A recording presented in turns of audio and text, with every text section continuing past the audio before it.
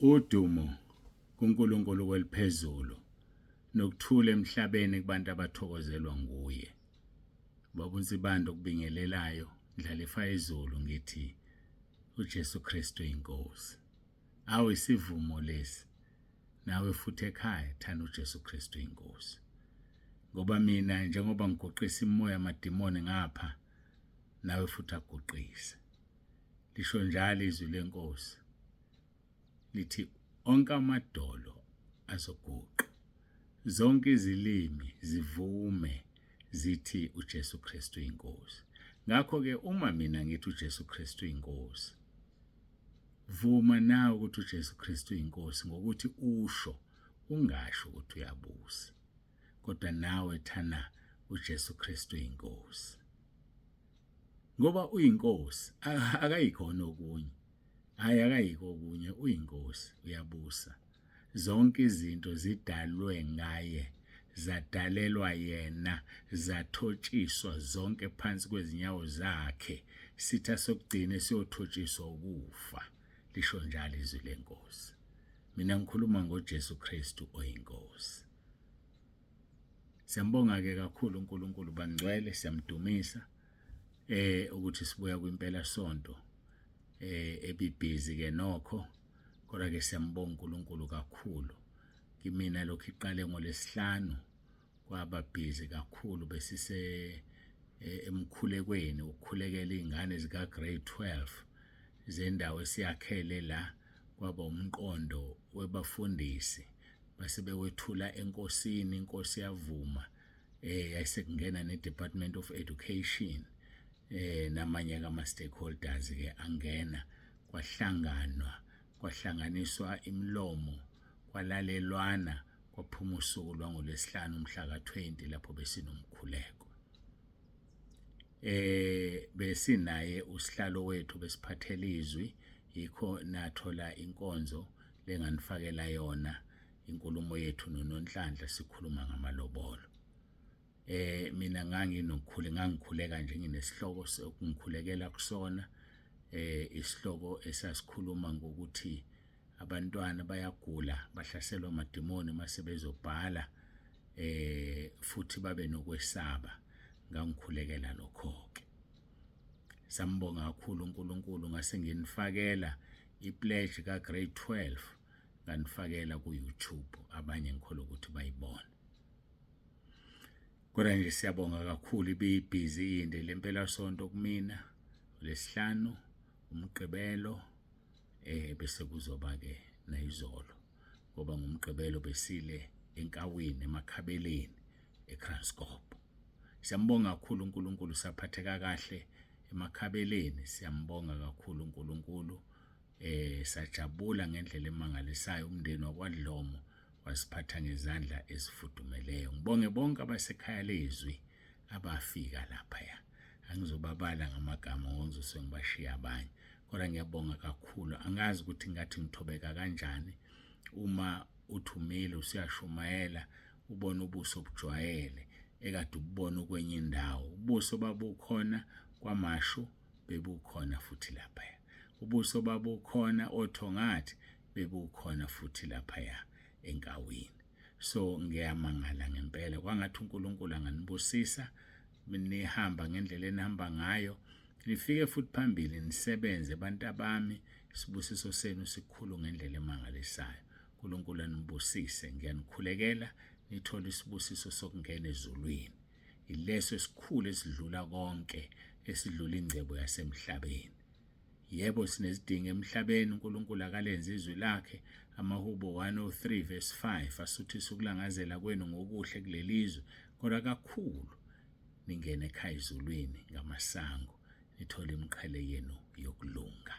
Siyambonga kakhulu uNkulunkulu. Bonke abenza lolu suku lube impumelelo, uNkulunkulu anibusise. Masiqhubeke. Izolo ngimemezelile ke inkonzo zabasha, ngamemezela inkonzo zabadala. Sine-citizen la sihlangana khona ogogo nomkhulu nabangekho ebandleni, sebenzela uKhisimusi nje. Ngiselokhu ngikhuleka uNkulunkulu angiphe imali ukuthi benezipho esibapha zona, sifike nje kudliwe kamnandi, kube namakhekhe kakhulu kodwa kuqalwa ngezwi ogogo nomkhulu. So ke inkonzo ke lesesiyenza asiyenzi ngomgqibelo ngoba kusuke kukhona nogogo abasabathayo abakhonza lakamabandla asabathayo. So siyasenzela wonke umuntu ukuthi aphumelele abe khona. So asiyenzi nangengozi ngomgqibelo.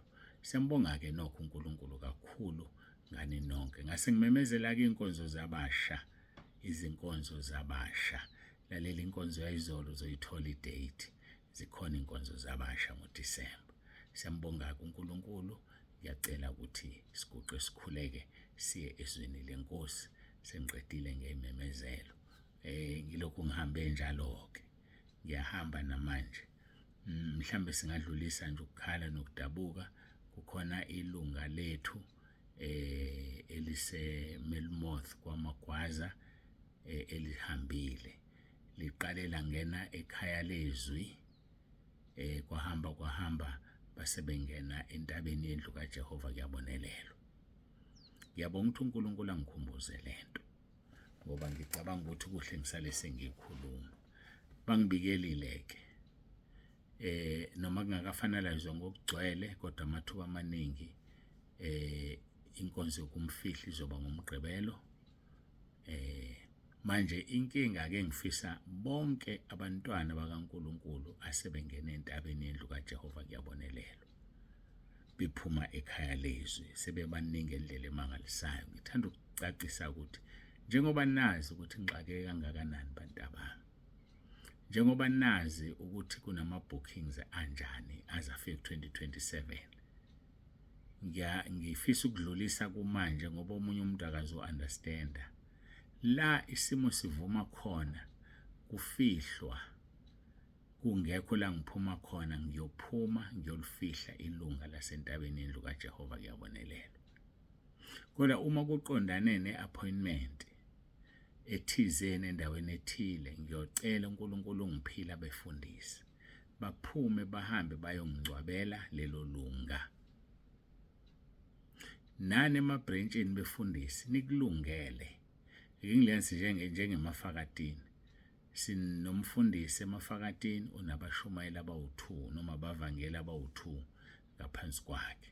Ngamanye amagama khona ilanga engiyocela ngishaya isalute kumfundisi uMamthalane Zondi ngicela ungitshele kumfundisi umvangeli wakho othize ayongcwabela endaweni ethile ngoba ayinginabo laba aphumile futhi nabo.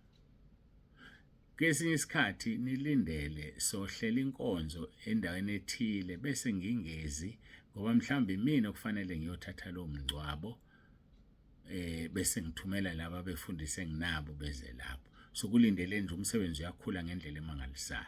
So kungabi bikho uzophatheka kabi ukuthi angingcwatshwanga mina noma ngingcwatshelwanga mina noma umama wajoyina ibandla akaseze umfundisi cha. Niyazi bazalwane kumanje ngixake kanjani ngizoya kweminye imingcwabo kweminye ngothumela. Ingakho phela uNkulunkulu engiphila befundisi. Uma bephumile ngoba indlela elikhula ngayo kuyokwenzeka siphume sonke. Ngisho nomama uNsibande uyophuma naye nami ngibhekele ngoba phela uwumfundisi by her own right. Wenza unyaka ka5 ecollege labefundisi. Maduze nje naye uzoba udokotela ngokwakhe angabe umama dokotela abe udokotela ngokwakhe ngokuvuma kwenkosi. Kodwa njengamanje umfundisi wenza idegree esingayibiza ngokuthi honors ngokwenza unyaka ka5 udlulile kwidiploma 3 years. So ke siwenza ihonors yeBhayibheli njengamanje. So ke siyafunda bazalwane nani ngani-challenge afundani kodwa akusho ukuthi ukufunda okuzokufaka ezulwini kodwa umoya wengcwele uzokusebenzisa kangcono ngoba wena uyile eBible College.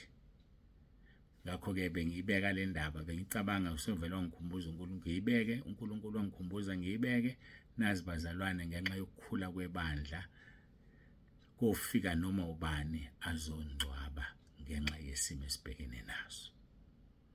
Ngolanda umfundisi kwenye indawo ngimuse kwenye indawo ngoba kuxakekekile kuyalapho ngenxa yomsebenzi. Befundisi bami nikulindele kwesikhathi ngolanda umfundisi nala eyedwa khona khulisana abantu nani phansi kwenu ngoba mangikulanda ngiyalinganisa baba uSithole eBhamshela ngithi ngicela ungithathele umngcwabo endaweni ethile angilindele ukuthi baba uSithole athi kuzosala abantu ngesonto la. Siyambonga ke uNkulunkulu kakhulu. Asidluleke lapho nikulindeleke bazalwane. Ngiyathokoza abazalwane bangena entabeni endlu kaJehova kuyabonelelwa kodwa funa sikulindele ukukhula kwebandla ukwanda kwabantu behamba besentabeni endlu kaJehova baye ekhaya ezulwini. Kufanele ke sibafihle ngokuhlonipheka. Ngakho ke akukho umqoka kangako ukuthi ufihlwe ubani kodwa nje mayivele entabeni endlu kaJehova kuyabonelelwa uyofihla uthola isizotha esifaneleyo. uJesu Kristu inkosi masikhuleke.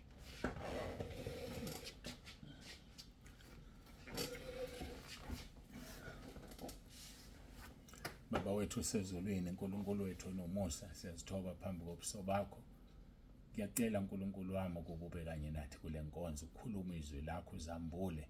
Ngicela ngoJesu Kristu inkosi ephilayo. uJesu Kristu inkosi. Amen.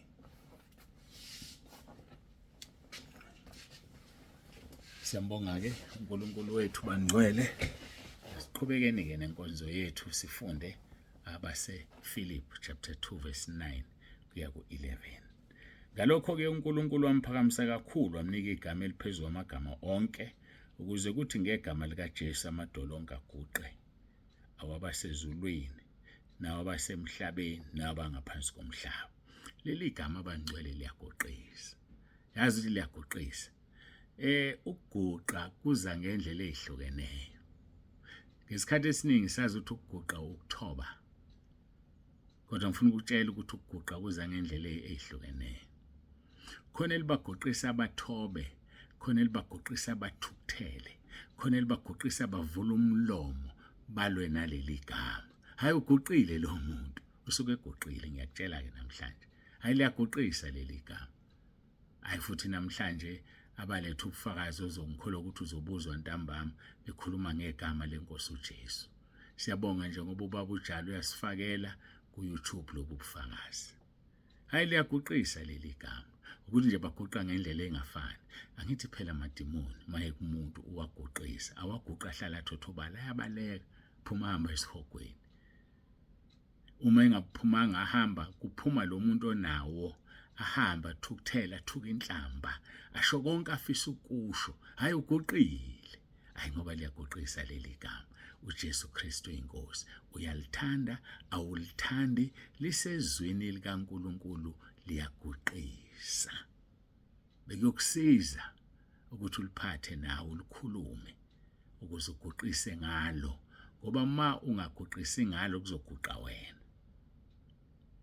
Uma isitha sakho sikuhlula sijoyine, join them if you can't beat them.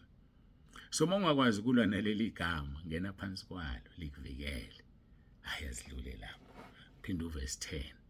Ukuze kuthi ngegama lika Jesu amadolo onke aguqa wabasezulwini nawabasemhlabeni nabangaphansi komhlaba nezilimi zonke zivume ngokuthi uJesu Kristu inkosi kube inkazimulo kuNkulunkulu yise.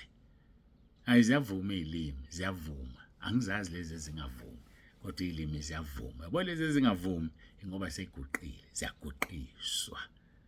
Awu uJesu Kristu inkosi. Awusho kanye nami uJesu Kristu inkosi. Asiphinde futhi uJesu Kristu uyinkosi. Ngiyabonga. Ayike besiqhubeka lapha ya encwadini kaPetro uqala uchapter 4 sikhuluma lapha ya ngoverse 14. Bathandekayo mangiqala ku12. Ningamangali ngomlilo phakathi kwenu enifikelwa yiwo kuba nilingwe okungathi nehlelo into engaziwayo. Kodwa njengalokhu ningabahlanganyeli bezinhlupheko zikaKristu thokozani ukuze kuthi nasekwambulweni kwenkazumulo yakhe nithokoze nethabe nokwethaba. Verse 14. Uma nithukwa ngenxa yegama likaKristu nibusisiwe ngokuba umoya wenkazumulo nokaNkulunkulu uhlezi phezu kwenu. Uma nithukwa ngenxa yegama likaKristu. Angazi ke mina masithukelwa ukuthi siyalibiza. Asisathukwa ngenxa yalo nje kuphela. Sesithukwa ngenxa yalo nangalo. Isizulu simnandi. sithukwa ngenxa yalo, sithukwe nangalo. Hayi angizosho lutho ngoba sengishilo.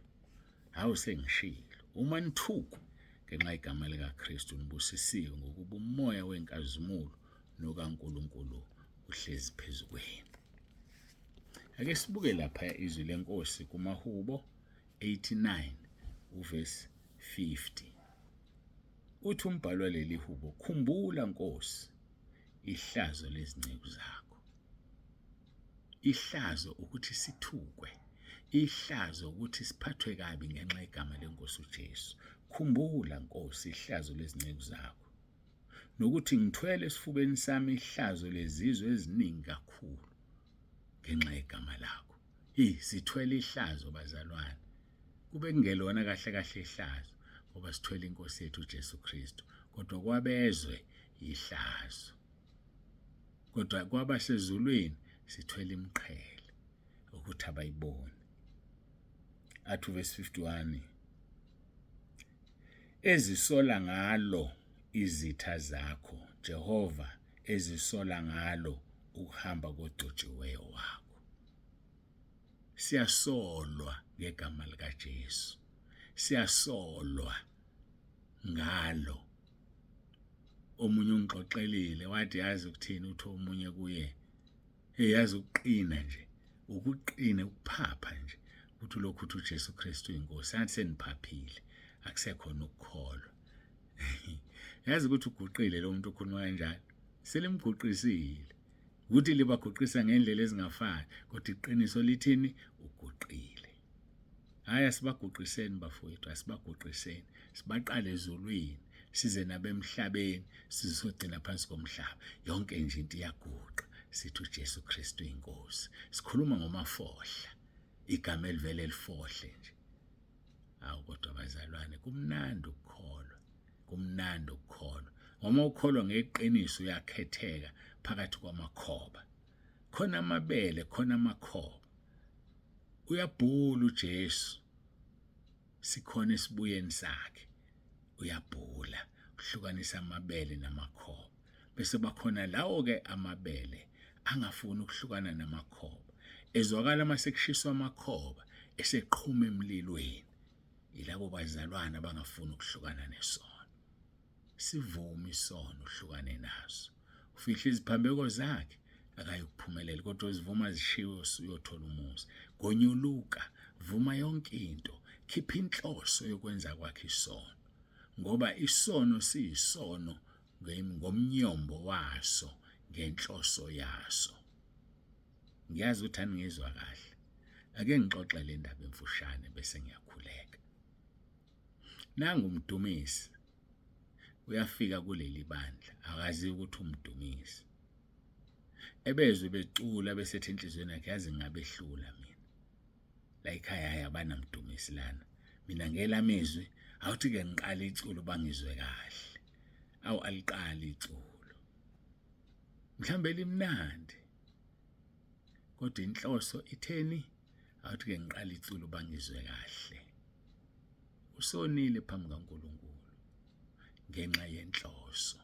So inhloso idetermine isono. Inhloso wenza ngayo into. Nangu umuntu wenza into enhle yaphana. Yazi ake ngimlayo sibanibani. Wangenza ukuthi uthi ngimuphe nanku 100 rand ngiyamlaya. Yazi asikho isibusiso lapho ngoba inhloso injani? Ukumlaya. Bazalwane, yenza into ngenhliziyo enhle, inhliziyo evumayo, ngenhliziyo enothando. Sesibaleke kakhulu isikhathi. Ngiyacela siguqe sikhuleke. uNkulunkulu ubuka inhloso abesenika umuntu umvuzo ngenxa yenhloso yento ayenzile. Ingaba yinhle, ingabukeki ngesona isono, kodwa inhloso yokugcinisa esihogweni. Masikhuleke. Baba, egameni likaJesu Kristu ophilayo, siyabonga ngakho konke sesikuzwile. Sisize Nkosi, silizwe, silenze izwi lakho ngoba izwi lakho liyaphila. Busisa-ke lona loyo lalele uJesu Kristu inkosi. Amen. Baba uNsibando ovalelisayo uthi uJesu Kristu uyinkosi.